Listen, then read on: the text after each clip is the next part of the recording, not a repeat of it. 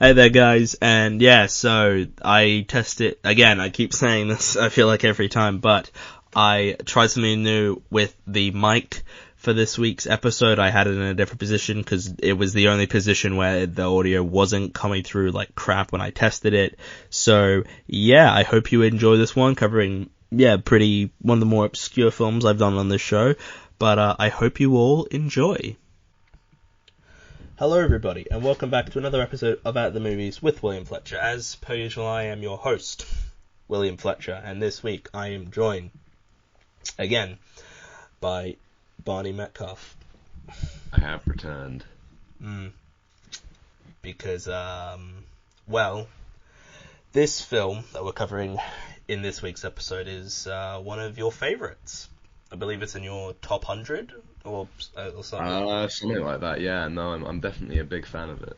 Yeah, we haven't even said what the film is. It's the Australian film Chopper, which I don't know if I was aware of until you watched it. I might have seen, in fact, I'm sure I must have seen someone that we know was talking about Eric Bana in this film being like one of their top 10 all-time favourite performances or something like that. So I probably saw it then. I had no memory of it, and you watched it earlier this year. People we know, you wanted to watch one of their, like, a favourite film of theirs, and you paired this with, was it Sling Blade? Sling Blade, yeah, that was my double feature that evening. And you liked both. Oh yeah, no, I think both films are very good. Yeah. I'm very much looking forward to talking about Chopper today. Yeah. I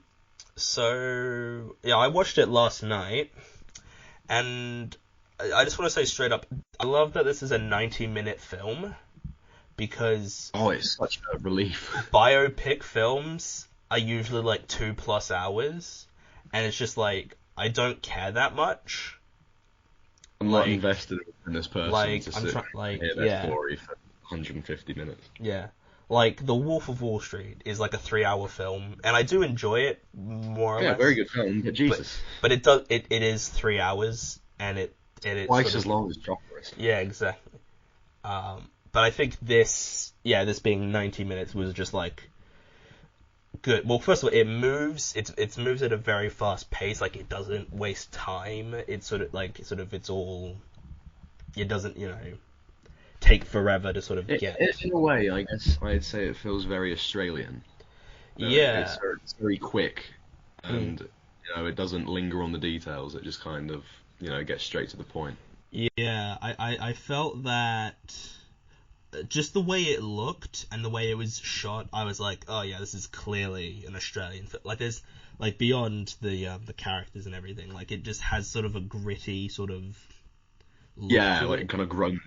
It's not like glossy or like overproduced. It's not an attractive looking film in the traditional sense. Yeah. It's and it's just a lot of the way, like the lighting and that, and the sort of way sort of stuff is put together. Like, it has a look of like sort of a realistic look. Like, it's not. Yeah, no, I'd say it's realism. But yeah, I guess we'll sort of get into it. It's based off Chopper Read, who I'm not particularly familiar with. Like, before this film, I may have heard about him, but I'm not like... I knew the name, and I knew that he was a prisoner, but I didn't know a lot of the details that this film goes into. Yeah. So he's played by Eric Bana, who I think is really good in this film. Actually, I think he's.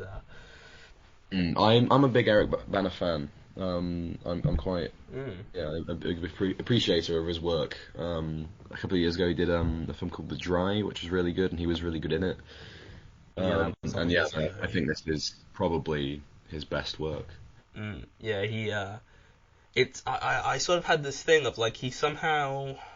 Like, because the character he's portraying, well, the person he's portraying is not a particularly great person, or particularly...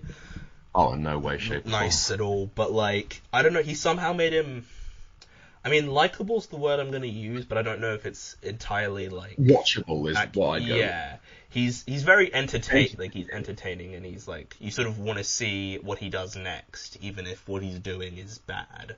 Yeah, I'm very happy to kind of watch his antics, even though he's doing some really bad things to people. And that he is quite an unpleasant man. Yeah, no, he's got there's sort of I like because a lot of the people in this film are not particularly likable, and they're not particularly They're usually pretty much all criminals, or they're like dodgy. They're in that sort of area. So we sort of begin with him in there's sort of in the future where he's watching this like interview with him, which we sort of go back to later on, but we really start the story with him in prison. Watching his own documentary. And then, he's sort of having this, and then, we sort of go to before that documentary or whatever, and when he's sort of like, in prison for, we find out to be later, attempted abduction of a judge. And, so he's in prison, and they really talk, like, the people in this, and they really talk like Australians. Like, they've got that, they say, things that I'm like, they say, exactly, they say that sort of thing, and other sort of things that, I probably shouldn't say, but, they say... A particular favourite word of Australians. Yeah. And they really have like pronounced Australian accents, but it feels because these are Australian actors. All that really bogan accent. Exactly, yeah. So it doesn't feel like because it is an Australian film, so it's like these people exist somewhere. Like I know, like because I feel like some Australians have like very pronounced accents, and some just don't. Like, I don't think mine's particularly pronounced in sort of like because people have this sort of stereotype of like, oh, mate, shrimp on the barbie. Yeah, sort of exactly. And it's just like, I mean, no one I know personally really sounds like that or talks like that. Like, it just doesn't exist. But I know like one or two people, but I don't spend much time with them. Yeah. They're in this prison, and it's interesting to look at because prison just in general is pretty terrible. Even now, it's not a great place for people in general. Honestly, prisons several decades ago were pretty terrible. They're pretty sketch. Yeah, they're not great now, to be honest, but they're better. They're better. Yeah, it's better, but What I love in this first scene is that for a little bit it kind of feels like they kind of portray Chopper as being quite a calm, although a bit kind of grumpy sort of dude. It feels like maybe you're going to watch a sort of Walter White-esque. He becomes increasingly worse across the film. He sort of and then he stabs a dude literally 5 minutes later. Yeah, exactly. This film is very like. Yeah, there's sort of various parts where he just lashes out and just goes fucking mental, and I'm just like, it's very jarring and abrupt, but that's like, I feel like that's the point, is it's meant to be like, he's Chopper Reed, I think, definitely had some sort of personality disorder. Yeah, he wasn't the most mentally stable, yeah. And so that was just so weird, because there's this guy, this Keithy, and he's got like shoe polish in his head to cover his bald patch or something like that, and it's just like, I mean, in prison that's like the best thing you can go with, honestly, if you want to cover a bald patch. But honestly, if I was in prison, I wouldn't care. Like, you're in prison. Who you got to impress? You're all criminals. Exactly. And then he just stabs the shit out of him, and he's just like, and then he just walks away, and then Chopper, like, he takes out like a smoke or something, and he's just like, hey, do you want to smoke, mate? Saying to this bleeding man, and it's just like, Yeah, no, he like apologizes to him or something, or Yeah. at least he treats him like, "You all right, mate? I just stabbed you like 10 times. You good?" you're right. Oh, it'll be all right, like it's sort of that thing of, it's just sort of like that thing of like that sort of stereotype of Australians just being like, it'll be all right, Oh, she'll be right. Yeah, exactly. Oh, you got stabbed a bunch. It'll be fine, But like, Have a brave, you'll be right, mate. yeah, just wait for it. Just and yeah, it was so. Wait 5 minutes. Chuck a nice back on it. You'll be right. Yeah, yeah. It's I saw a thing of someone.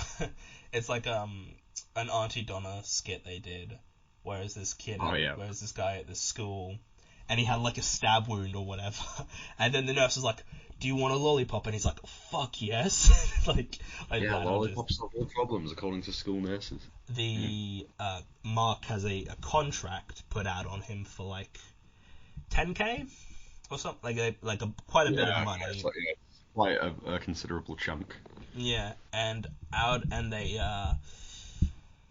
and he tries to set up this thing with Bluey and Jimmy to sort of help him to take them down and everything. Well, there's also a scene actually earlier where Mark is like, where he's sort of questioned about the whole Keithy stabbing and subsequent death, and he's like, nah, it wasn't me, and I actually really liked the bit where it's like, this person, he was like looking at like a bull ant, and I was looking at him looking at the bull ant, and I'm like, that's good. That's art, right? So that's actually really good. And he's like, yeah, this guy's taking a piss. This guy was like, He was having a laugh. He was having a laugh, yeah. And he's like, yeah, and if the guy, when he wakes up, he'll say that I wasn't there. And I'm like, well, he can't because he's dead. And he's like, oh, right. It's just Shame. like, yeah, shame. But yeah, so then he talks with Bluey and Jimmy to be like, yeah, let's go deal with these people. Bum Russian. But yeah, and then Jimmy's like, nah, and he just shanks him a bunch. And to be fair, I wasn't entirely sure. I was just like, he's punching him, and then Mark's got like a bit of blood on his face, and I'm like, damn, he must. And I'm like, for like a brief second, I was like, man, he must have punched him really hard to cause blood. and then I'm like, but that doesn't seem right. And then we look down, and he's like bleeding. I'm like, oh, he shanked him. Right. I love how calm he is about all that. Yeah, Mark is just like, oh, what do you do that for? Like, he's just so... Yeah, like, total depravity on the show in Chopper is beautiful. And Jimmy, he keeps shanking him, he keeps stabbing him, and he's just like... And he is still so calm throughout it, which I feel like... He's talking to him like he would a small child. Yeah, he's like, oh, what do you do that for? He's like, like a kid spilling, like, a glass of milk or something. Like, oh, come on. Fucking hell, like that guy.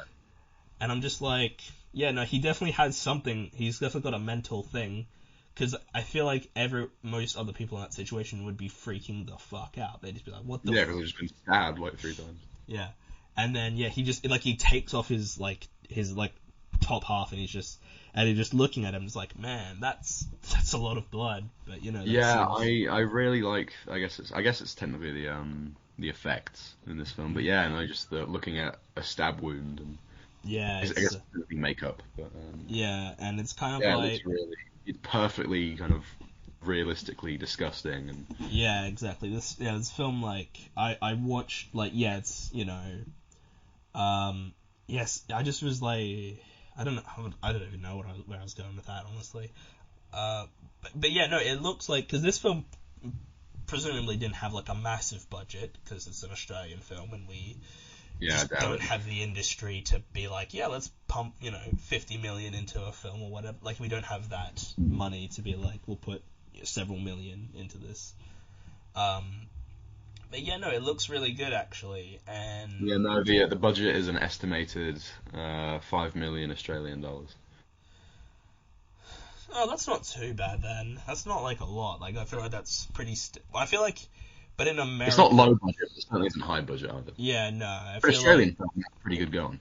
Yeah, we just don't have the scene to put a ton of money into things, usually, if the films shoot here that cost a lot of money, but they're like American films, or they've like got money from America, like. Yeah, well, I think King Kong has been filming near both of us. In fact, I may be misremembering this, but I'm pretty sure Eric Bana is filming something near where my mum works recently. Really? Yeah, I remember somebody, some big Australian actor is filming something near where my mum works. Well, yeah, I feel like, yeah, because there's some Australian actors who just leave. Like Eric Bana's a weird one because he's been in like Hollywood films, but he's never really gone mainstream. Like he was in the J.J. Abrams Star Trek. Yeah, he was the main villain in that. He did the 2003 Hulk film, but he wasn't like that wasn't well received enough. Yeah, like he's gotten to Hollywood, but he's never been like a massive. Yeah, like he's still like I'm just looking at the Eric Bana stuff I've seen on IMDb, like what I may know him from, and looking at, like half of this is Australian. Well, yeah, half of this is Australian films. Chopper, Paper Planes, and The Castle. He's in, and I mean Finding Nemo. Most of it takes place in Australia, so it's kind of But I've also. But yeah, he's a lot of. I'm just looking at like his IMDb. He's worked with Spielberg. Yeah, he was in Munich. Yeah. Recently, he was the voice of the main villain, I think, in that Chippendale. Yeah, it says he's in Chippendale as Monterey Jack. Monterey Jack, yeah. Oh yeah, no, he was like their mate that goes missing at the start of the film or something. Yeah. Yeah. Yeah, but he's sort of like, because usually, like Hugh Jackman, for example, once he became like a big deal, he just left. He's out of there. He's just like, but he'd been doing, he's just like, all right, cool, I'm a big star now. I'm just gonna go over. He's still very, very fond of his Australian roots, but yeah, he's mostly based in America nowadays. Yeah, and I mean, I don't, and I think like, I just think like straight up. It's weird how like here in Australia and New Zealand we like have a lot of like really talented people who like, but they don't, like they sort of get known for sort of smallish stuff in their hometown in the country, like Taika Waititi in New Zealand, for example, and then he goes over to America and then and does stuff there, and Hugh Jackman's the same and career move in it. Yeah. Which is fair enough, because New Zealand presumably has not that big of I feel like their film industry is probably even smaller than ours. Yeah, but yeah, they because the thing is, film, like Marvel and that they like to shoot here a lot, presumably because it's cheap. Well, it's tax. It's a tax reason. Plus, also like. It's probably a good idea to film here because COVID isn't the biggest problem. Well, it's still a problem, but it's not like... Well, basically, we've got a load of big empty space that nobody's using. Exactly. Like, we just... Like, the middle of the country, we're just like, we just can't use that. That's not viable. Just gonna leave all of that. Can't grow anything. And yeah, this film, like... It really, just... And, like... Films in Australia, like you can tell, like I watched Thor Ragnarok recently, and there's like stuff of them in the city because I know they filmed here in Brisbane, and I'm like, oh yeah, I know that place. I recognize that building right behind them. Like I feel like I've been there. That actually makes so much sense. Yeah, because they filmed stuff here they filmed. I'm pretty sure I can think of an exact bit where I'm like, hang on, that looks very strange. Oh, okay, I didn't know that. Yeah, they filmed. Yeah, they film. Like, I imagine the stuff like in the streets of Sakar around Australia. Yeah, like, they sort of go out to, and they filmed Thor 4 here. I think they filmed all of it here, but most of that's just on sets in green screen, so it's not. Yeah, just studios in Australia rather than. Yeah, they don't use like the. Yeah, this film that famous other planet that Australia doubled for. Yeah. I don't know. Some people would think this country is very alien. Have you seen some of the animals we have here? It's fucking meant. Yeah, stuff like that. Have you met some of the people here? I mean, Jesus Christ, some of the people here are fucking alien to me. It's just like different species entirely. Yeah. And I think like there aren't a lot of and there's so many. I just thought about this now. Is that we've got like a lot of people that are interesting, like historically speaking, but you don't see movies about them because people don't give a fuck. Even though we've got like arguably just as interesting people, like. Oh, there are so many people and events that happened in Australia that I really want to see films of, but they're just not going to happen because nobody outside of Australia knows about them. So, like, the only way, like, this film wouldn't be made this probably wouldn't be made if it was in, like, an American, I can't imagine anyone like, in America, some big Hollywood exec was like, wow, this Chopper Reed guy's a real character, how about we make a movie about him? Yeah, I just looked up the director, so he's from New Zealand, so, I mean, he's close enough, it's close enough, right? Like, I'm just looking at what he's done since, so he did Assassination of Jesse James, which is a film, Okay. And he's doing Blonde, the Marilyn Monroe thing, is like his most recent credit. Oh. So he worked on Mindhunter apparently. Yeah. So he's broken through into.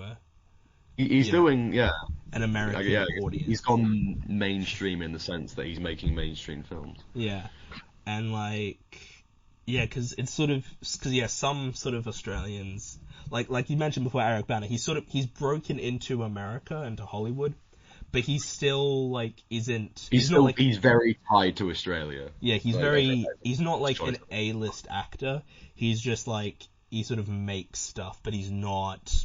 He's a name that people will recognize. Yeah, people know him, but probably from his American work.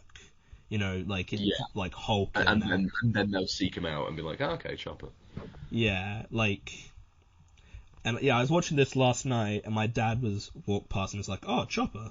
And I'm like, oh yeah, that seems about right. You would have seen this. Yeah. My dad's would have been about... You were around when it first came out? He would have been about 30, right? Yeah, 30. Yeah, you'd have been about 30 when this came out. And so, yeah, like my dad, I presume, obviously, he would have gone to see this because he used to see movies all the time, and now he's just doesn't have the time for it anymore. Which just makes sense. It's what happens when you get older. You don't have the time. This is not in any way relevant. We've just gone on we've been going on a big old tangent. But I think like Eric, but sort of to get to Eric Bana, I do think like he's really good in this film. I do really like him, and I think like he's the only really great performance in this film. If I'm gonna be general about it, I don't think no one else is bad. I just think that they're fine. Everyone else serves their roles very well, and I think it is a really solid ensemble. But because he's in it consistently throughout. Like he is, he's in like pretty much every scene, more or less. Like because I feel like sometimes you've got films like this where you've got sort of that one lead actor or actress in some cases who is just like stealing the show. The stories about them, they're phenomenal in it, and then everybody else comparatively isn't bad. They're just like Promising Young Woman. That's an example of like Carey Mulligan is really, really good in it, and everybody else around her is fine, not bad by any doing means. Solid work, but don't have the room to really comparatively speaking, they are weaker. Which is always unfair, but Yeah, but it's like they're not bad. But also, a lot of them aren't even in it. Like, there's a lot of people in Promising Young Woman, and they get, like, less than 10 minutes for most of them. So, yeah, but then this one, like, they do give a lot of screen time to non-Chopper characters. Like, we see Jimmy multiple times. We see... Yeah, Jimmy Lonan, he definitely gets a fair bit of time. Yeah, we see Chopper's girlfriend, or, she's in it for, like, sort of the middle portion of it. Like we see these we see these certain police officers off a few times. Like it's very much like, he's the main. People will just pop in every now and again. Yeah, exactly. It makes sense. We're following him as the protagonist, and we come across people as he comes across them. Yeah. But yeah, so he yeah, Mark, he recovers from the, and there's like the bit where we see him, he's like in the bed or whatever, and there's like the stitches over the cuts. I'm like, fuck, that looks really bad. Like, That's grim, yeah. Yeah, because it's like, it's like purple or whatever, and I'm just like, fuck, that's gotta suck. Because you gotta be careful with that, because like you can't really bend over, because you're gonna be like on edge. Otherwise, you can't do too much You to can't, physically like, strain yourself. yeah, You're you gonna have open to- the wound again.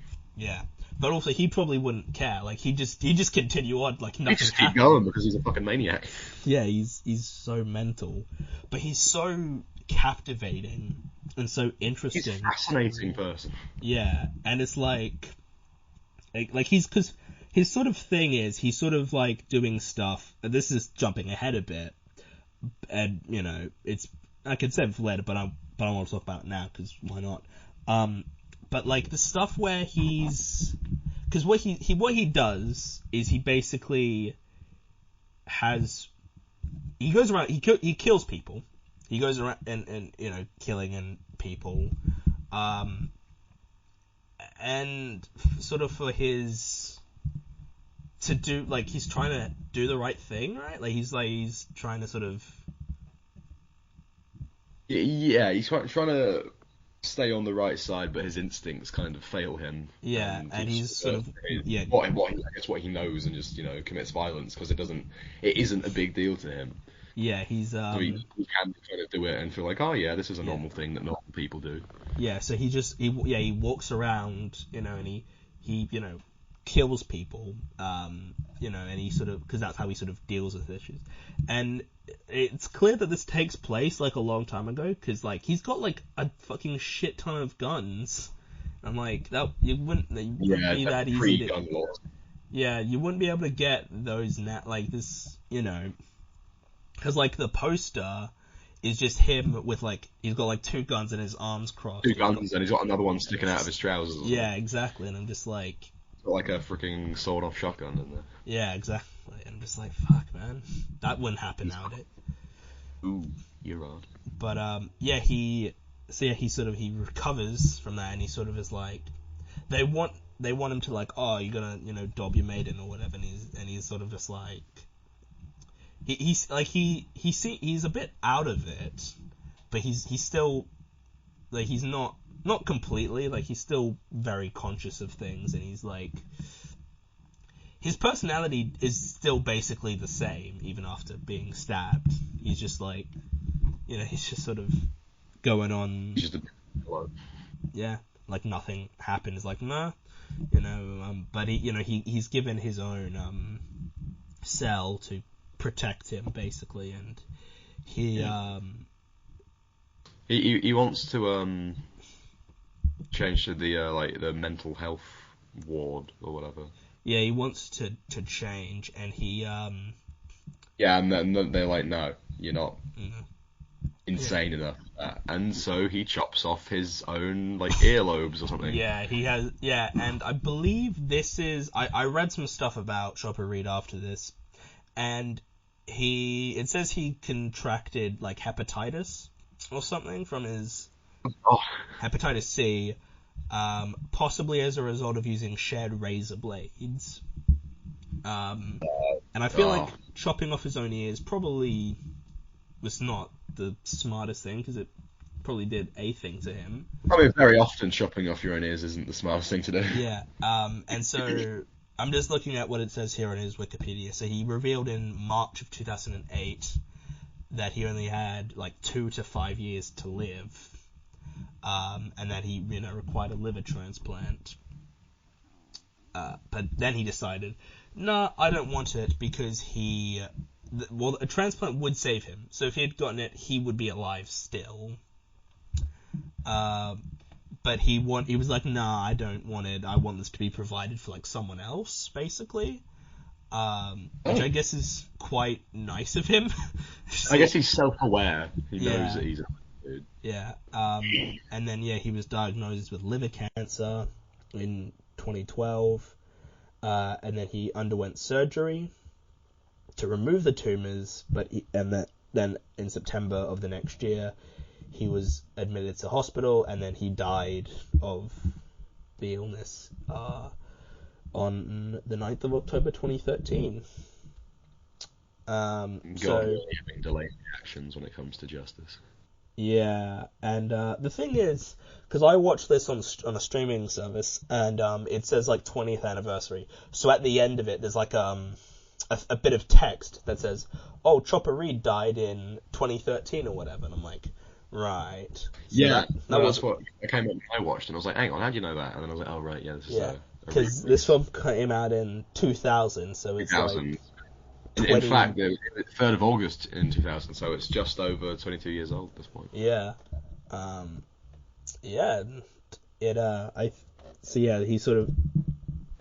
He's in prison. He gets his ears chopped off, which is really just like quite... Another really unpleasant scene. Yeah. But in a good way. Yeah, it's not... The violence in this doesn't feel exploitative, or like...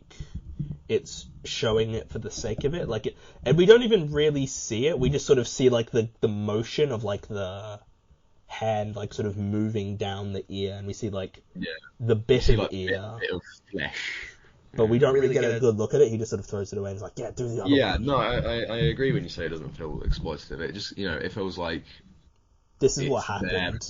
This is the world that Chopper Read inhabited. We are definitely, I feel like, less than focusing on, oh my god, his ears have been chopped off. It's, oh my god, this guy's chosen to chop off his ear, and he's still really calm about it. Yeah, and he's just like, oh, don't be a fucking fairy, just fucking, like, he's just like that. He's like, he's just like, don't, just do it quickly, just get it over. And he's like, and he's like, oh, don't do it like that, just do it, and he's just sitting there, and he's just like, getting blood all over. As if it's the most simple thing in the world to chop off another man. Yeah, just come on, just, and he's not like, and just like, it's not like, it doesn't relish in it, or it doesn't, we sort of see bits of violence, but we don't see like, there's not like a sort of side-on shot of him, of like the ear being cut up, like there's nothing like that.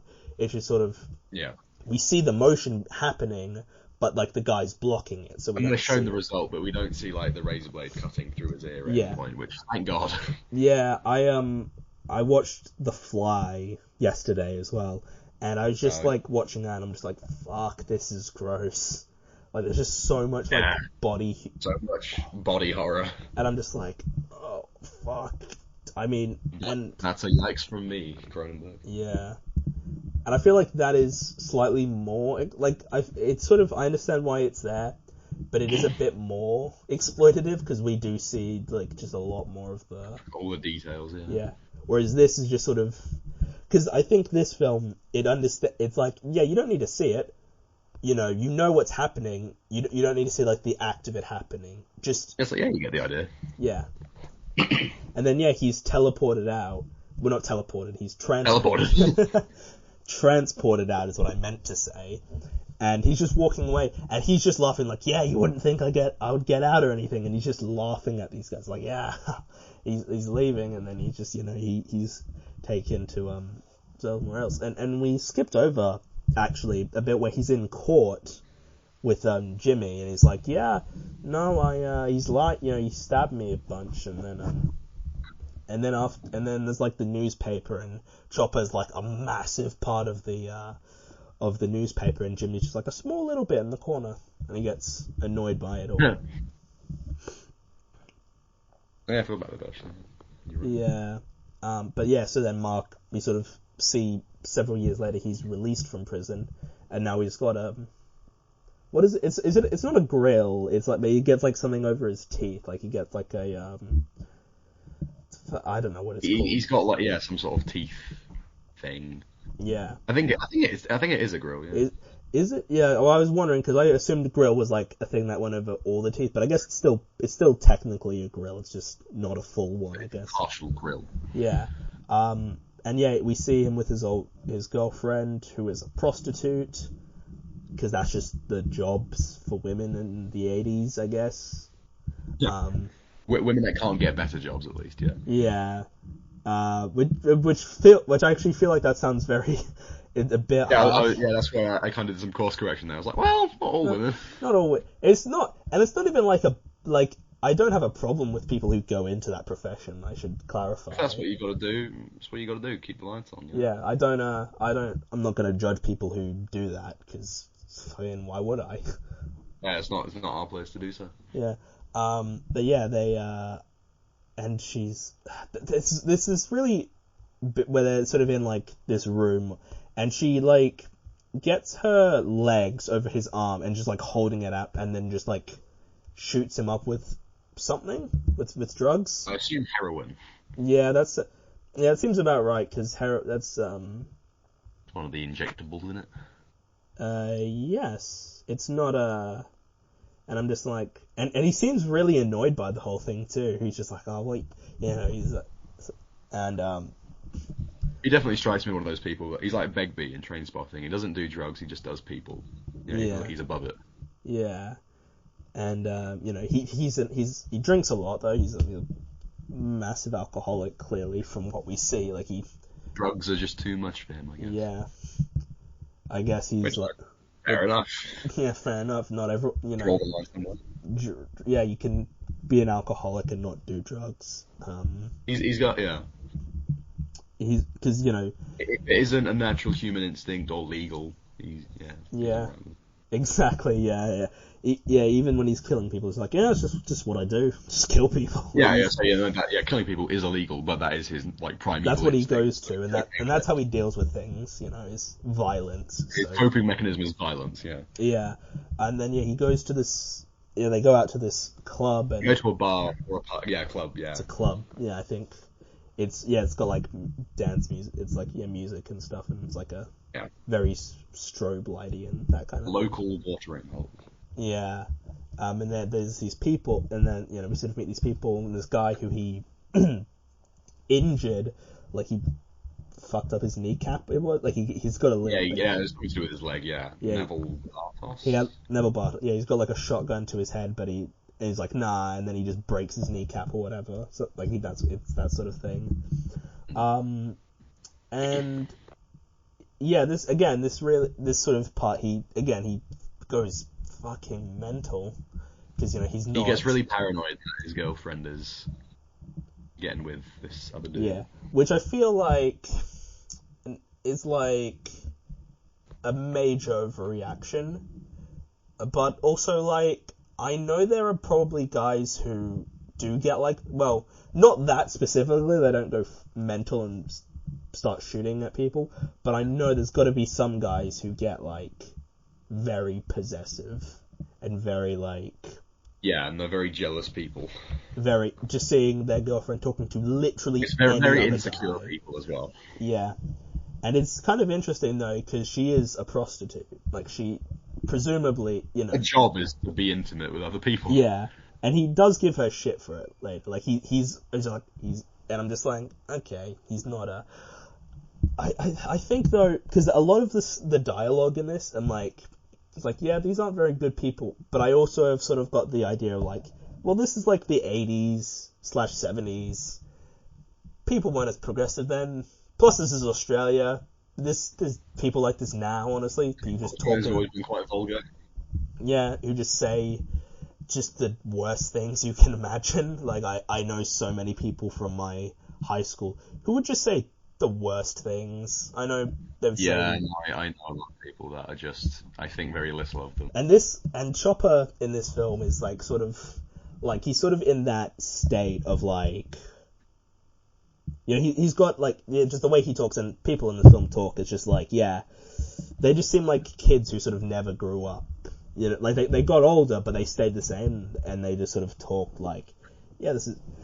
like, there's got people like them now... Yeah, so he hits his girl, right? Like he's really... He physically, like, abuses her. Yeah. And then mum. He knocks the mum over, and he's like, oh, and then he talks to his girl, like, what you do that for? And it's like, I know I shouldn't find that, like, it's like very darkly comic, and I don't think it's meant to be, but I am just sort of like, just the way he just go, like, I'm not saying it is funny, per se. Like, him beating the shit out of his girlfriend. That's not the funny bit. It's just the way he turns just like, oh, what'd you do that for? Your mum's upset now. Like, he didn't just shove her down. Yeah, like, no, yeah. It's not the act of physical violence. It's the way he responds to it. Yeah, I don't condone domestic abuse. Like, I don't condone physical violence on anyone. No, that's bad. But, like, it is very dark. Like, I think, like, you know, it's just sort of comical how, like, again, he, you know, and to be fair, he absolutely had something. And I think isn't there a bit in the film where he sort of knows that he's kind of a bit, like, he talks about it. Or maybe, is it when he's, like, trying to convince them to move him to, like, a different place? Like, he knows he's kind of a bit mental. So. But this was also in, like, an era where mental illness and mental health was not... we didn't know enough about it. Yeah, and they're just like, oh, you're a freak, that sort of thing. Yeah, or it's like, a man who's crying, gay. Just gay. Just stop. Like, it's that kind of thing of, like, this is an era where men were to be quote-unquote manly, whatever the fuck that means. It's fucking... I've literally no understanding. It doesn't make any sense. And if this is what being manly is, then I don't want to be manly. Yeah, that's what I want to do. I want to just go fucking murder people with no remorse for my actions. That's what I want. Just to...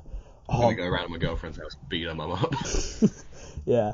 I feel like there's gotta be some people who watch this film and think like, oh, Chopper Reed, he's a great guy, we should aspire to be like him. And I'm like, no, you shouldn't. That's really not. Because people do it all the time with these kinds of films about shitty men. It's really shitty men.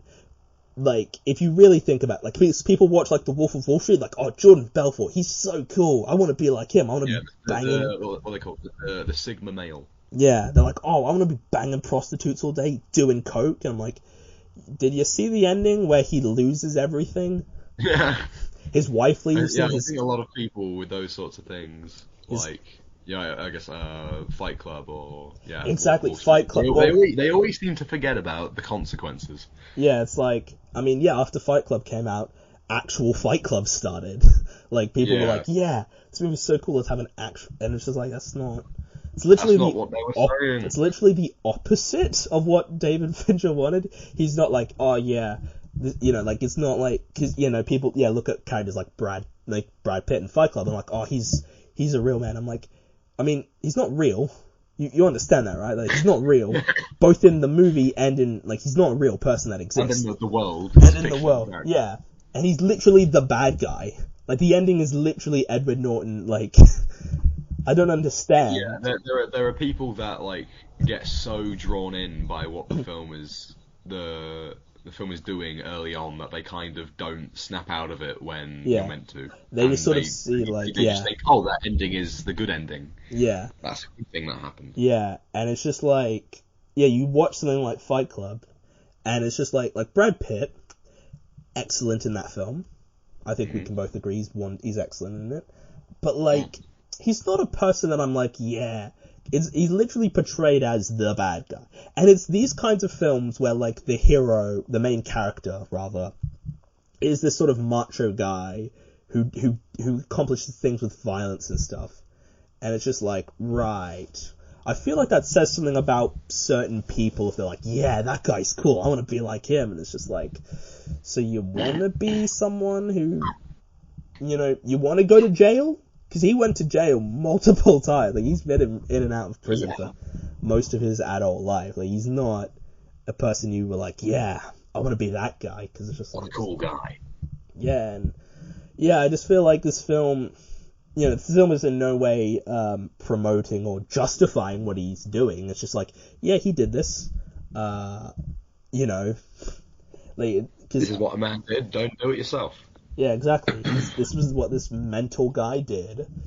That he's not, he's not a good person, and the film really, doesn't try and portray him as a good person. Like, we see him we see him beat, well, we don't see him hitting his girlfriend, but it's implied heavily. Right. Which is good, because again, you don't really want to see that, do you? You don't want to see domestic violence against someone, because it's just not. And then, like, in the very next scene, he goes to Neville Bartos's house and, like, makes him, well, he's like, give me money, and then when he doesn't, he shoots him. Yeah, he just shoots him, and then it's just, and again, he's just so because he just shoots guns, and it's just super casual about it, like, oh, alright. It was like, you've got like, what, 20 seconds or whatever? Like, he's like, you've got like this much time to get me my money, and then he just pulls out a gun, and he's just like, and just like, well, yeah, and then he, and then he shoots him, and then we have the scene where he's just talking with these officers about this whole thing, and he's like,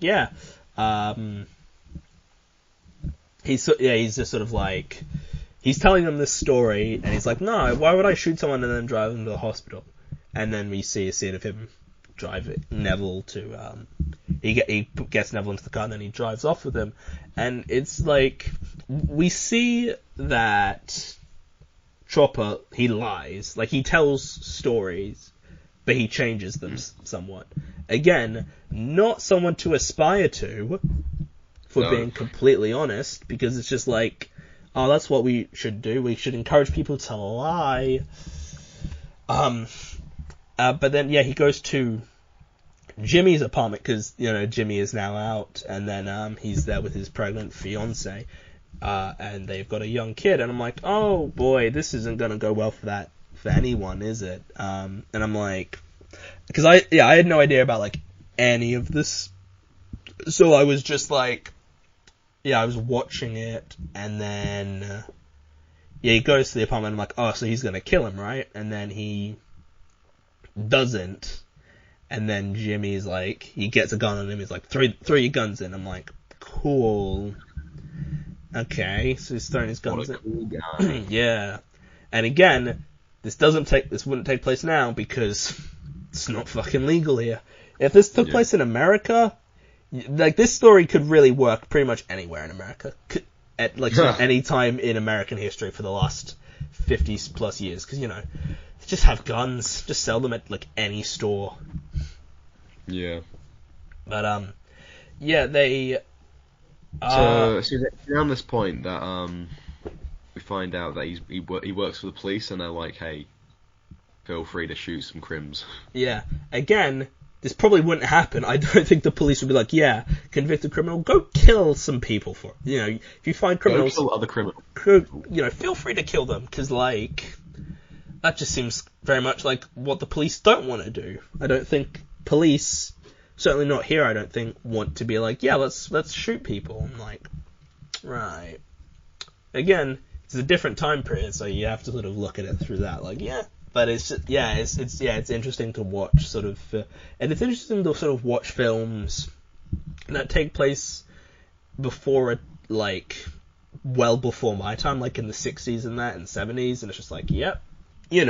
Like this, because this film doesn't take place that long ago, really, like in the grand scheme of time, like yeah, a lot of this, like, what, 40 years ago, something like that? It's like mid 1980s, so they're about 40-ish years ago. It starts off late 70s, and by the end of the film it's like mid 80s. So it's like, that's really not that long ago in the grand scheme of things. Yeah, and it's just sort of like, but yeah, it's just sort of like, if you because I can't imagine, like, because I'm certain there's people who, I'm almost certain there's got to be people in this country who want to try and, or at least at a certain point were like, yeah, Chopper's cool, I'm gonna try and do what he does or whatever, without really understanding the ramifications of like what happened to him when he did that stuff, like, because he was not, He's been in prison a ton. He's been,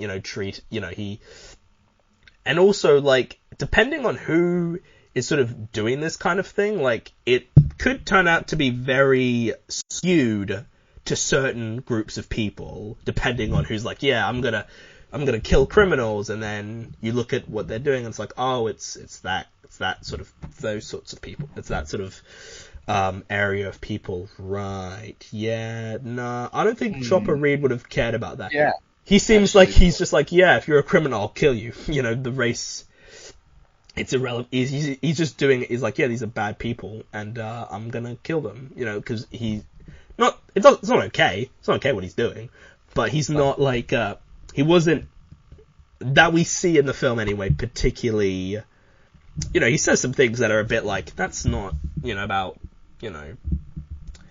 He says some racist things, but racism isn't exactly It's not the... his reason for what he does. It's not his driving cause for doing his something. attacks aren't racially charged. Like, I've know. just gotten the Wikipedia page up to refresh myself on what happens in the film. Yeah. And yeah, so one of my favourite bits of the film, actually, a guy who is specifically called Sammy the Turk, Yeah. takes him out into a car park, and Yeah, that's such a great name, bud. All these characters have just got really good names. Like, they're just like, because I know these are real people, but they're just like, yeah, like Mark Chopper Reed, you know, Bluey, Bucky, Keithy, Sammy the it's Turk. the classic Australian thing of nicknaming people. Yeah. And yeah, that seems about, especially in prison. Like, in prison, you feel like, it feels like, yeah, they all have like nicknames for each other. Like, okay, so you're gonna be, you know, this, and it's usually like just a very obvious thing about them, or like something they do a lot. Like, oh, you know, you've got an eye patch, so you'll be. Scratch your head a lot, therefore you'll be scratchy. Yeah. Oh, you're missing an eye. You'll be, you know, yeah, you'll have, you know, that kind of thing. And do you actually know why he's called Chopper Reed? Because I don't know. I don't remember if it's specifically said in the film or like where it comes from, but I don't remember seeing anything about where it comes from. About why he's called that. Apparently, I've just looked it up because I didn't know. Yeah. Hang on, this apparently was a nickname given to him based on a cartoon from his childhood. Right. Rather than any actual chopping. Yeah, that's what I was. Yeah, it's like. I thought it was like, oh, he probably, you know, attacked somebody with like a machete or something. But no, I was like, I thought it would be like, yeah, he'd have sort of like, I don't want to say cool, but he'd have like an interesting backstory of why he's called that. But they're like, no, it's just a cartoon. He really liked it as a kid. And it's like, oh, that's just not as interesting. I was hoping for like a very interesting story, like, oh yeah, he did this thing, and that's how he got the nickname. But it's like, no, it's like, right. Actually, we sort of, you skip past when you sort of started talking about Sammy the Turk, is when he's in Jimmy's apartment, and they're having this sort of conversation, and then he like holds a gun to Jimmy's head, and I'm like, oh, is he about to shoot him, you know? And again, my dad, he had walked past, and he was just sort of watching this part of the film, which is fair enough. It's very engaging. It's like, there's you know, and I'm just like, oh, is he about to shoot him? And then he doesn't, and then he just leaves, and he apologizes, and then he just gives Jimmy some money. It's like, yeah, here's some money. And I'm just like, right, okay. And then, yeah, there's the thing we were talking about with Sammy the Turk at Bojangles. Yeah. I really like this scene. I always love seeing, like, here are the different views of things that happened. Yeah, exactly. And he shoots him. He just pulls out a shotgun, point blank, shoots him right in the eye, and I'm like, in the eye. Fuck, dude, that's gonna suck. And then he dies pretty much after that, and then we sort of see Jimmy's wife is like, oh yeah, so yeah, that's just what he did, and it's like, right. And I'm just sort of like, why aren't they? Because I sort of thought in that moment, like, why aren't they going to try and kill him now? Like they've and then, you know, we sort of learn later that, like, oh yeah, no, he was taken to the wrong parking lot. Yeah, Jimmy was gonna try and cash in on a contract or something. Yeah. But yeah, Sammy took him to the wrong car park. Yeah. So I guess technically, yeah, it's a self-defense murder. Yeah. And I think that I really, like the bit where Chopper is sort of explaining the story, and he's like, and just the way he's telling it, and how like, it's like a nursery rhyme almost. Yeah. But they play some like Christmas music over it, don't they? Oh, I wasn't. Or some sort of like jingly kind of fairy tale. Yeah, it's got it's sort of like a rhyme thing where they've got like there's four characters, there's like Sammy the Turk, Chopper, Jimmy, and like his wife, and say like like a not like a verse, but like a line of thing, and it's rhyming. And I'm like, I really like that. But I also I like really like that scene's directed. yeah, the bit where Chopper is like telling the story, and he's like, I showed him the gun, and then like quick as lightning, he pulls it out and he starts like pulling the trigger, and he's like, oh, but you have to pull the hammer back, so he quickly is like, oh, I'll get out the shotgun and then I shoot him, and it's sort of like, yeah, seeing the different things of, yeah, and then we sort of learn that Jimmy is like, yeah, he took him he brought him to the wrong car park. I'm like, right. And then, we sort of end also, there's sort of a few, we're pretty much at the end, more or less, but like Chopper, he's doing the interview for this sort of news. I love that bit, just letting Eric Bana just go for it and just totally be this character for a few minutes. Yeah, he's just like sitting there smoking and he's just talking, because because I know, like, because the way he comes off in that, he seems like he doesn't seem like terrible. Like he comes off in a way that's like he's very like, I guess is personable the word I'm looking like he's got a charisma to him. Yeah, he's got a charisma. He's very you can understand why people would find him interesting. Yeah, he's very interesting to watch, and he's very captivating, I think is the word I'm really looking for there. He's talking about all this, and he's talking about terrible things like, I cut off their toes. And it's like, and she's like, oh, why'd you do that? And it's like, oh, I just like the way they pop off, And then she's like, oh, well, I really like my toes. I'd like to keep them. And he's like, oh, you've got nice feet. I'm like, well, that's, Quentin Tarantino, was that you? Yeah, did he take over real briefly? Because I imagine they probably took that from, like, the actual, because I presume it's, it's based off a real thing.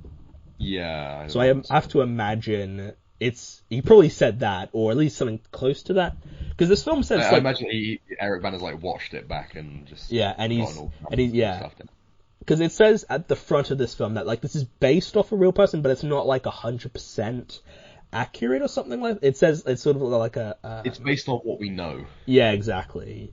So it's effectively, which is sort of like it is kind of hard to make a film when you're not entirely sure, because some of this could be completely false, but we don't know that. We just think like, oh, this is everything. This is what we do know, so we sort of assume it's this. That's the difference between the past and history. History is just recorded. Yeah. But and so Bana, and he's in like court with Jimmy, and he's able to sort of. He beats the charge, but he is sentenced to prison again for the malicious wounding of Neville Bartos, which is fair enough. I think he admits to shoot. That was a very, very unmotivated attack. Yeah, it wasn't like a self-defense thing, or it wasn't like someone else was being threatened. It was just like, oh, get me money, or oh, he didn't get me money, I'm gonna shoot him. I'll shoot you, and he didn't get him money, so he shot him. Yeah, and the sort of final scene is him in prison, and he's like talking to like these two security guards, and they're watching the documentary. He's really excited about his documentary. Yeah, and he gets along great with them for some. Like I know that in some prisons the guards and like the people who run those prisons actually get along really well with the prisoners. Like they talk to them and they because some of them treat them like people. Like there was a Louis Theroux documentary that I watched. And he goes into prison, and there's certain guards that people are like, oh, I really like this guard because they, treat me like as a person or whatever, and I think like because a lot of prisons, just around the world, I'm not like this is like a very general statement, just don't treat their prisoners like people. They're very dehumanizing. Yeah, and it's kind of just like to certain European countries try to rehabilitate their criminals, like by actually putting them in like just nice places, so they, the like Sweden, prison is fully about like rehabilitation rather than punishment. And then I think like statistically speaking, the likelihood of reoffending is actually quite low in those sorts of countries. And I'm just like, cool, man. If every other country could do that, the world may be slowly be a better place, probably. But to be fair, I don't know if it wouldn't work in every country, because like some people are just terrible people who just want to do bad things and to hurt people, but like, it's, because again, the prison, like, because, I mean, our country, Australia, is effectively built on prisoners. Like, that's basically what it was. Is England, Yeah. It was like, yeah, we've got too many prisoners, let's just take them somewhere, and, there's just a big island. Let's just drop them here. But yeah, I just think, like, it's interesting, seeing films and that about prison are interesting, because, like, because, you know, it's not, because, like, it's a terrible place. Like, Shawshank Redemption, you know, the entire film is in a prison, basically, more or less. And, you know, I really like Shawshank Redemption. It's very good, I would go as far to say. It's not the greatest film ever, but it is quite good.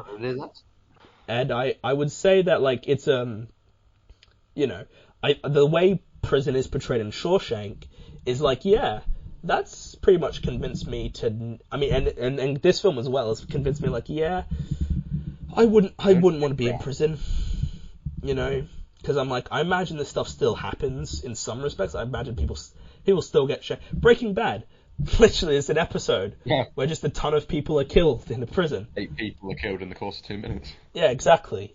And it's just like, yeah, prison is not a great place. But yeah, we end the film with Chopper in prison. And, you know, the film starts with him in prison, and it ends with him in prison. And that just seems to be the story of his life, isn't it? Like, there's something, his life talking about how he spent most of his adult life in prison or something. I'm like, yeah, I know there's people who would like that. Yeah, like, this is a really good film, actually. I really liked this film. I really enjoyed it.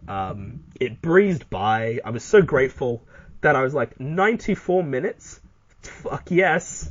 I'm not going to be spending, because we touched this on this beginning, but yeah, it's like 94 minutes. It tells the story it needs to tell. That's all I need. You don't feel like you need to commit most of your life to watching it. Yeah.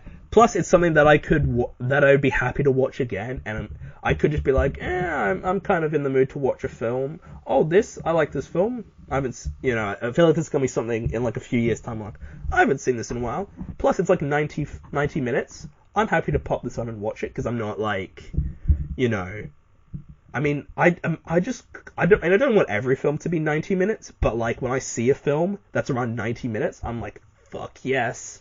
And like, that's good eats right there. Because I'm like, that's good. I'm not, because, you know, I don't have time to be like, oh, I'm gonna watch this 3-hour foreign language. Like, you know, there's this, you know, this Indian film on Netflix everyone's going on about. I'm like, it's 3 hours. Fuck. Like, I don't want to, you know. But this, you know, like, if someone was like, for the rest of time, films will be 90 minutes, I'll be like, okay. I think honestly, most films could probably be 90 minutes, and they'd probably work just as well. Mostly. Not all of them. I think some films need to be longer, but there's a lot of films I'm just like, man, this could be like 90 minutes. It'd be great, you know. But yeah, do you have any final things you want to say about this film before we wrap it up? Specifically, no. Because we've kind of gone through all the kind of big bits. Yeah. But I really do love this film. Mm. I think it's a really fascinating insight into Mark Brandon Chopper Reed. What a name. I know. It's a long name, yeah. Great lead performance, solid supporting performances. It's never boring even. It's always interesting. It's never interesting. It's never interesting. I'm a big fan. So what would you give it? I would give it a 9 out of 10. Yeah. I think it doesn't have a full, like, proper structure thing. It just kind of goes from place to place, which I guess is by design. Yeah. But also, that's kind of a thing with making films about real people, is like... Real life doesn't have story structure. Yeah, like, traditional story structure is just like, oh, there isn't really a structure in this. It's just like, let's just have scenes, and let's connect them, and, you know, we sort of have to fabricate a plot. We have to sort of fabricate this. But I think this film, it sort of works like that, and I don't... I just think this film's really good. I think it's shot it's not nicely shot, but it's shot very well. Like, it really works and sort of evokes the sort of... Yeah, it works. It looks gritty and real, and I like that. I think this film, that helps elevate it. The writing's, solid. The direction's very good. Eric Bana is very, very good in it. It's a really good film. I'd give it an 8 out of 10. It's a very strong 8 out of 10. It could go up on a rewatch, but I've got it right now as a very strong 8. That's a fair race. Thank you all for listening to this week's episode. I hope you enjoyed. Our episodes usually go longer, but I feel like sometimes, this will not be... Because we're usually covering longer films. That is true. Maybe I should just cover 90-minute films the rest of the time I do this show. I'll be over. It'll be like hour-long episodes and it's less time for me to edit as well. But I hope you enjoyed this week's episode. Thank you, Bardi, for joining me for another one. Anytime. Yeah, and you seem interested in still doing it, which is a good thing, because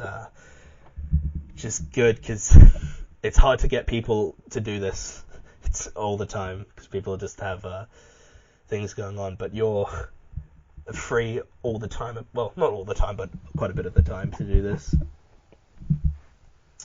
So... You have a good time. Yeah, exactly. I think we get good discussion out of it, and a lot of... I hope we were able to teach people about Australia. Yeah, because I have to imagine some people who will listen to this will be like, what the fuck is this film? Because it's one of the more obscure films I've done on this show to date, I would say. But yeah, check out the other episodes. Check out future ones when they come out. And I'll see you guys in the next one. Goodbye. So long.